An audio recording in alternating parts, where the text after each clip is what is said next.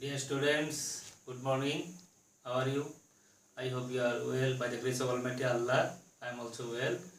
Welcome to back second session for class 7 and 8 about narration. And in before we took one class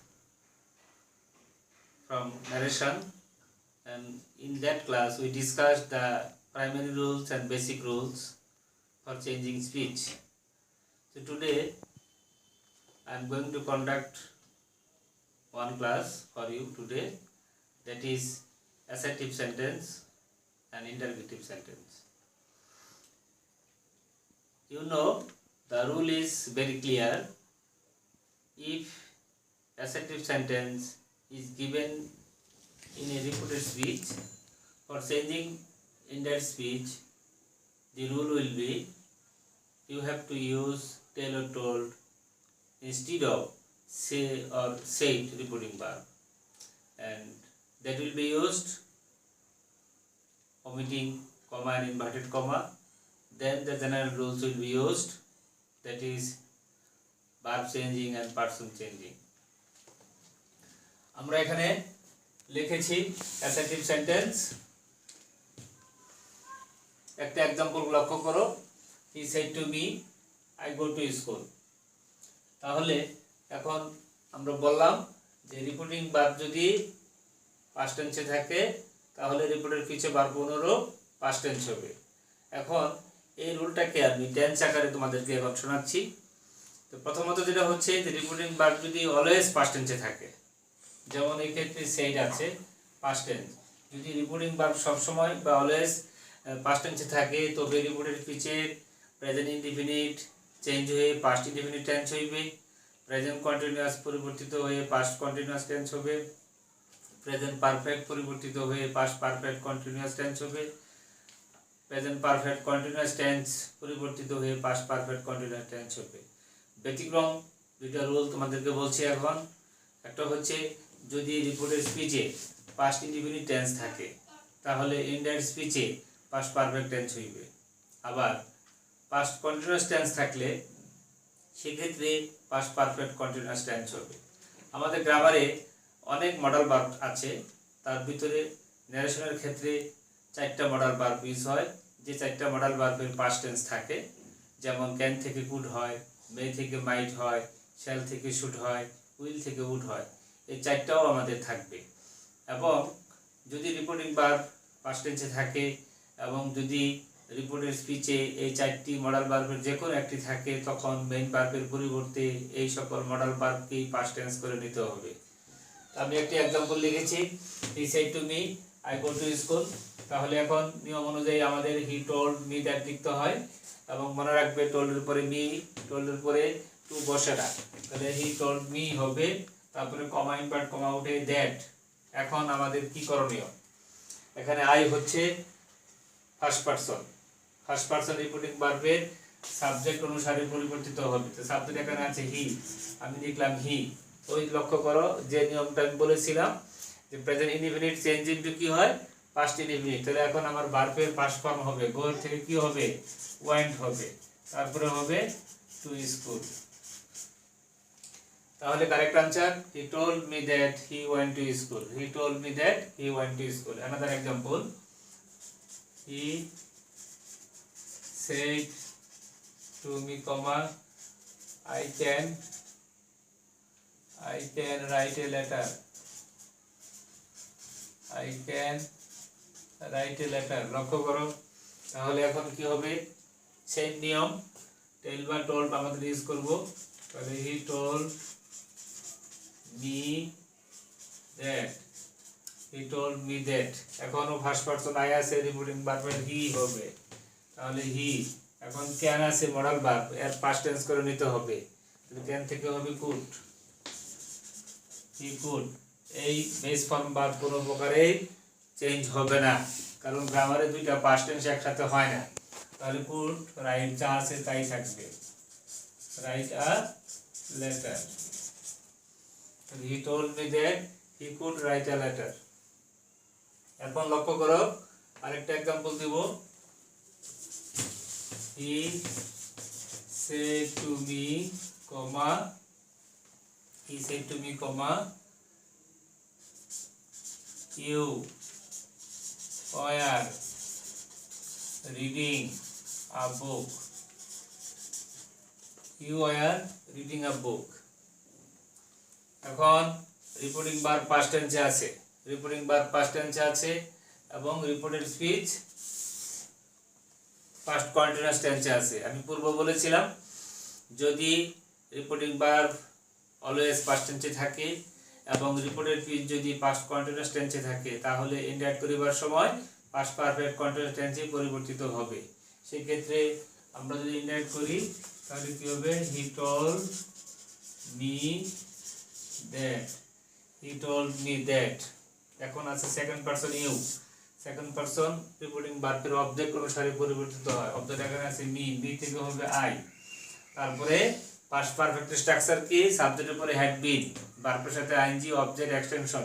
তাহলে আয়ের পরে কি বসবে এখন, had been, I had been reading a বুক।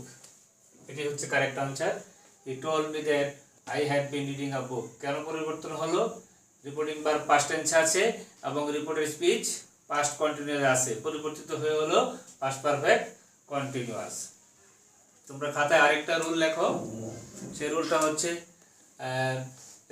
লেখো, he said to me, comma, invert comma শুরু, I shall do the work, I shall do the work. তাহলে আমরা যদি এখন এই বাক্যটাকে চেঞ্জ করতে চাই তাহলে কি হবে, he told me that, he told me that, I পরিবর্তিত হয়ে কি হবে, হি হবে। এখন শ্যালের পাস্ট টেন্স কি হয়, শুড হয়, কিন্তু আমরা এখানে শুড লিখতে পারবো না।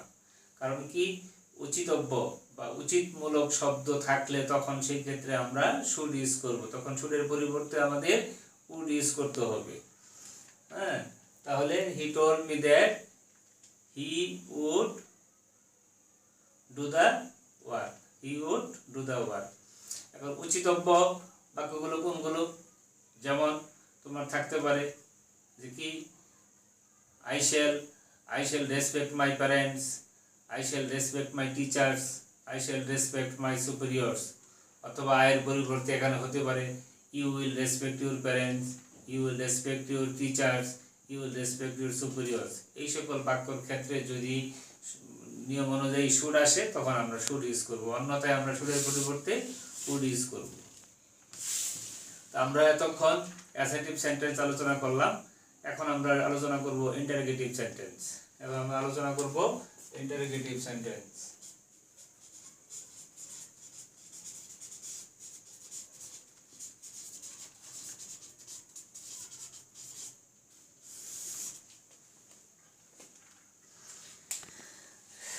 ইন্টারোগেটিভ সেন্টেন্সের দুটি পার্ট আছে, আর তোমাদেরকে একটি বিষয় না বললেই না হয়। গ্রামারে তিন ধরনের প্রশ্ন জিজ্ঞাসা করা হয়, একটা হচ্ছে ইয়েস নো টাইপ কোশ্চেন, আরেকটা হচ্ছে ডাব্লিউএস টাইপ কোশ্চেন, আরেকটা হচ্ছে ট্যাগ কোশ্চেন। আমরা এখানে দুই ধরনের সেন্টেন্স আমরা এখানে ইউজ করব। একটা হচ্ছে yes no type question. Yes no type কোশ্চেনটা কি, যখন সরাসরি প্রশ্ন উত্তরের মাধ্যমে আমরা জানতে পারি সেটা হলো ইয়েস নো টাইপ কোশ্চেন। যেমন, do you go to school regularly, তুমি কি নিয়মিত স্কুলে যাও? এর উত্তরটা কি হতে পারে, yes I go to school regularly, অথবা উত্তরটা নো হতে পারে, no I don't go to school regularly. অথবা আমি জিজ্ঞেস করলাম কি, are you sick, yes I am sick, অথবা no I am not sick. এরকম বাক্য, এগুলি হচ্ছে সরাসরি ইয়েস নো টাইপ কোশ্চেন।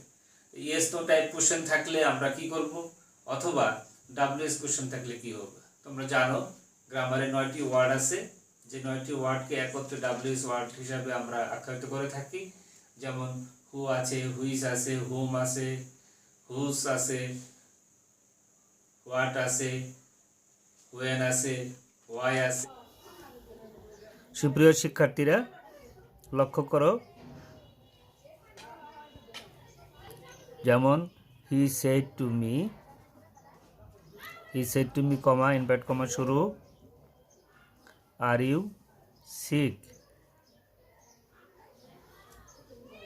এটা হচ্ছে interrogative sentence, yes no type দ্বারা শুরু হয়েছে। যখন এখানে আর আছে, are you sick, WS word যা আমরা বলেছিলাম 9টা শব্দ, তার একটু এখানে নেই। সুতরাং আমরা ইন্টারগেটিভ সেন্টেন্স করিবার সময় কি করব? রিপোর্টিং বার সে বা সেটির পরিবর্তে আমরা আস্কড বা আস্কড ইউজ করব। তাহলে হি আস্কড মি, তারপরে কমা ইনভার্ট কমা উঠিয়ে আমরা এখানে ইফ বা ওয়েদার ব্যবহার করব। তো আমরা এখানে ইফ শব্দটা ব্যবহার করব, বানানের জটিলতা নেই, ইফ। তারপরে এই রিপোর্টেড স্পিচটি ইন্টারগেটিভ থাকলেও এটাকে আমরা অ্যাসার্টিভ ফর্মে আমরা রূপান্তর করব। অ্যাসার্টিভ ফর্মে রূপান্তর করতে গেলে আমাদের শুরুতেই সাবজেক্ট নিতে হবে। এখানে সাবজেক্ট আছে ইউ, ইউ রিপোর্টিং ভার্বের অবজেক্ট অনুসারে পরিবর্তিত হবে। তাহলে ইউ থেকে এখন মি আসে, মি আর সাবজেক্ট করলে হয় I, I.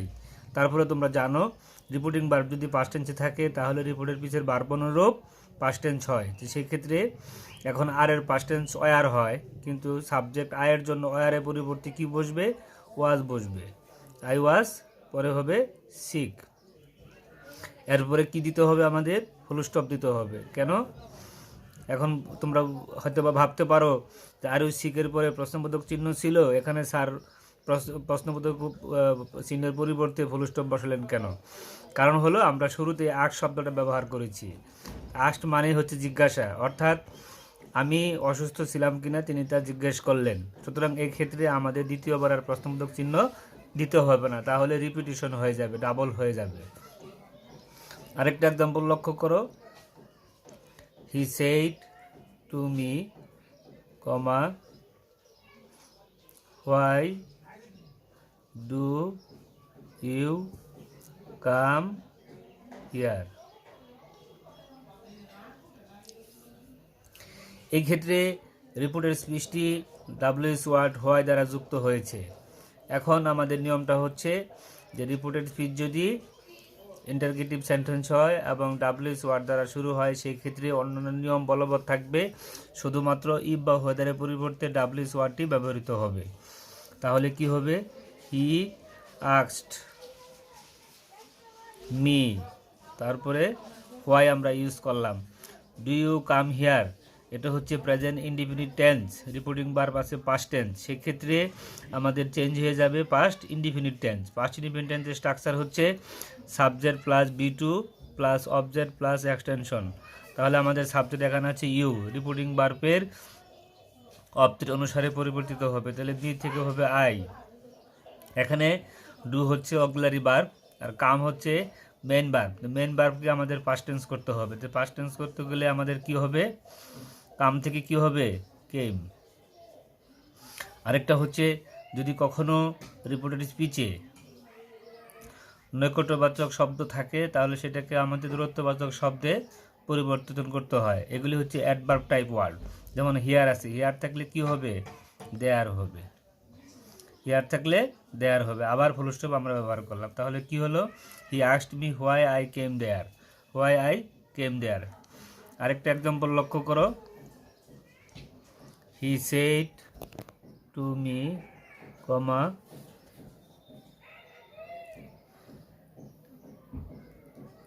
Can you do the sum, can you do the সাম।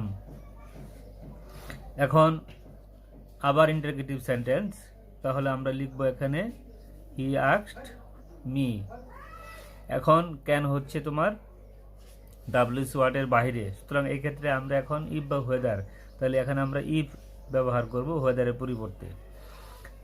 আরেকটা বিষয় হচ্ছে তোমাদের যদি রিপোর্টের স্পিচে মডাল ভার্ব থাকে, আমরা পূর্বেই বলেছিলাম যে গ্রামারে 4টি মডাল ভার্ব আছে তাদের পাস্ট টেন্স হয়, যেমন ক্যান থেকে কুড হয়, মে থেকে মাইট হয়, শ্যাল থেকে শুড হয়, উইল থেকে উড হয়।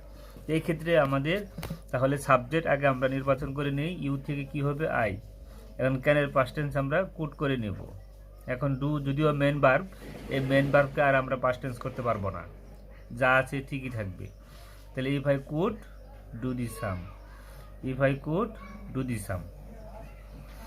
সুপ্রিয় শিক্ষার্থীরা, তোমাদেরকে আমরা আজকে অ্যাসার্টিভ এবং ইন্টারগেটিভ সেন্টেন্সের বিস্তারিত আলোচনা করলাম।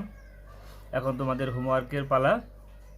তোমাদের গ্রামার বইয়ে এক্সারসাইজ লিস্টে অ্যাসার্টিভের দেখবা প্রায় 15টি থেকে 18টি বাক্য আছে। ইন্টারগেটিভ সেন্টেন্সেও এরকম 20 থেকে 22টি বাক্য আছে। তো তোমাদের জন্য হোমওয়ার্ক হচ্ছে অ্যাসার্টিভ সেন্টেন্সের প্রথম 10টি এবং ইন্টারগেটিভ সেন্টেন্সের প্রথম 10টি, এই 20টি বাক্য তোমরা হোমওয়ার্ক করবে। আর তোমাদের জন্য উপদেশ হলো, তোমরা সবাই ভালো থাকো, সুস্থ থাকো। দেশে এখন করোনা ভাইরাস সংক্রান্ত বিষয়ে তোমাদের স্বাস্থ্যবিধি মেনে চলতে হবে, নিয়মিত হাত ধুবে এবং ভালো থাকো। খুদা হাফিজ। Thank you.